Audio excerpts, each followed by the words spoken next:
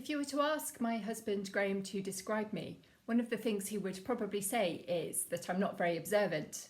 He would probably tell you about an occasion on our honeymoon when we were standing talking on a street corner in Verona. "Did you see that?" he suddenly said.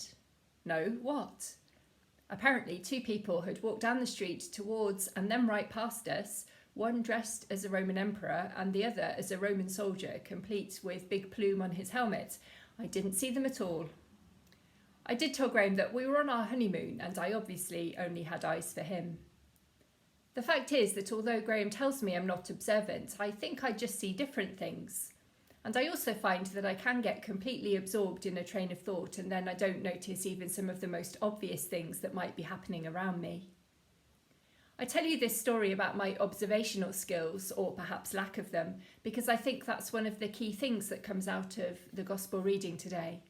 And one of the things that we might notice about Luke is that he is very interested in wealth and material possessions. It's worth remembering that if anyone tries to tell you that you should only be interested in spiritual things.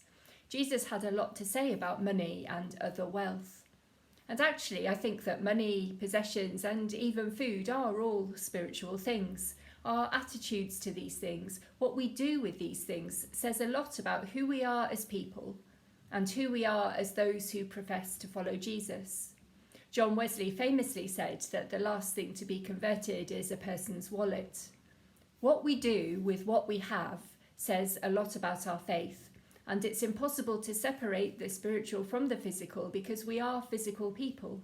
We have bodies with their wants and their needs, and we encounter God through our being human.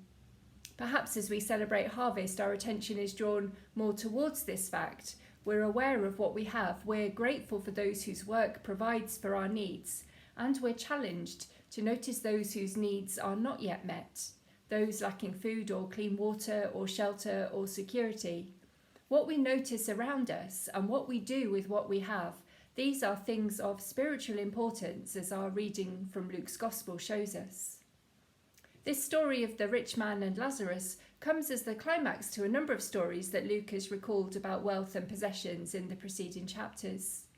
He's related a story of Jesus about the deceptiveness of wealth and the way it can entice the rich to think that they can secure their own future.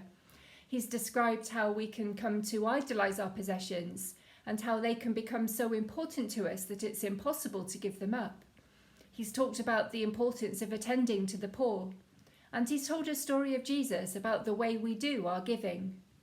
The message of Jesus has social implications. And then we come to today's story, which demonstrates something that lies at the heart of the gospel, the great reversal. The rich and powerful who might consider themselves not needing God's grace are cut off, and the poor, the lowly, and the outcast are raised up and given a proper place in the community of faith. There's an echo of the Magnificat here, the song of praise Mary sings when she meets her cousin Elizabeth, who is also carrying a very special baby. He has brought down rulers from their thrones, but has lifted up the humble. He has filled the hungry with good things, but has sent the rich away empty. God reverses the social and economic scale and turns everything upside down. And God always has a special preference for the poor, the needy, the marginalised, and the overlooked. We see a massive contrast between the rich man and Lazarus in this life. The rich man has a luxurious and lavish lifestyle which is described for us in terms of his wardrobe and his diet. He has fine clothes in a very expensive colour, purple, and can feast sumptuously every day. Lazarus is the complete opposite. He is in utter poverty. He is starving and so weak that he cannot even sit up, let alone move. He lies every day just outside the gate of the rich man and dreams of being given a few scraps. He is not just poor and hungry, he's also deemed to be ritually unclean. The dogs lick his sores. He is an outcast.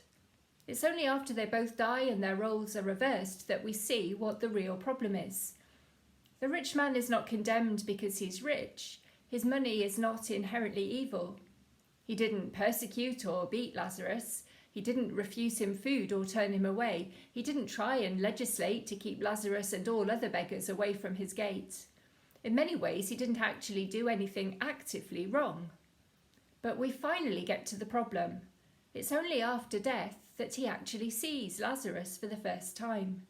In his life, he never even saw Lazarus at all. The gate was a huge barrier. The gate was a massive chasm, and the rich man never saw beyond it, not even just a fraction, to the man lying on the other side.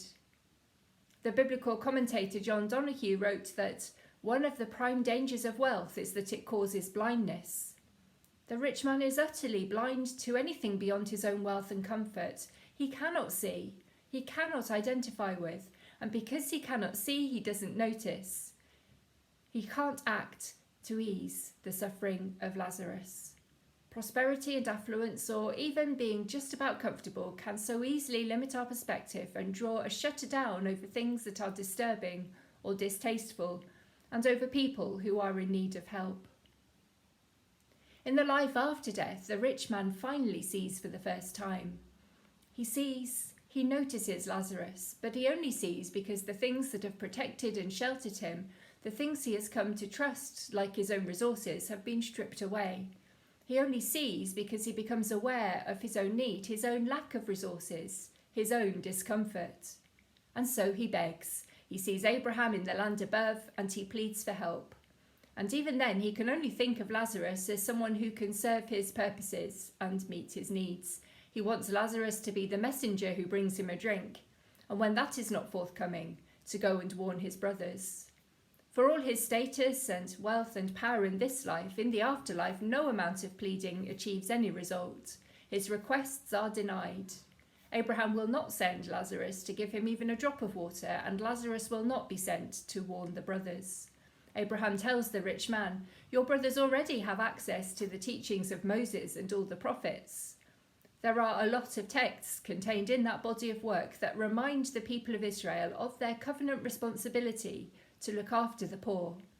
We only need to turn to the reading from Amos, one of the group of prophets that are mentioned in the parable, to see a stark warning. Amos voices a savage attack on the idle rich, on those who live in luxury because the social and political institutions have been skewed in their favour. He paints a picture not unlike the rich man in Jesus' parable, an elite group of people dressed luxuriously and dining on rich and plentiful foods. They have benefited from the ruin of the nation. They have become richer and more isolated and cocooned within their wealth, while the poor have become poorer, increasingly overlooked by those in power and confined to the margins of society. They have neglected their obligation to protect and feed and serve those without resources of their own. And this we read in Amos. And doesn't it sound familiar today? As we are celebrating harvest today, perhaps this gospel reading is an invitation to us.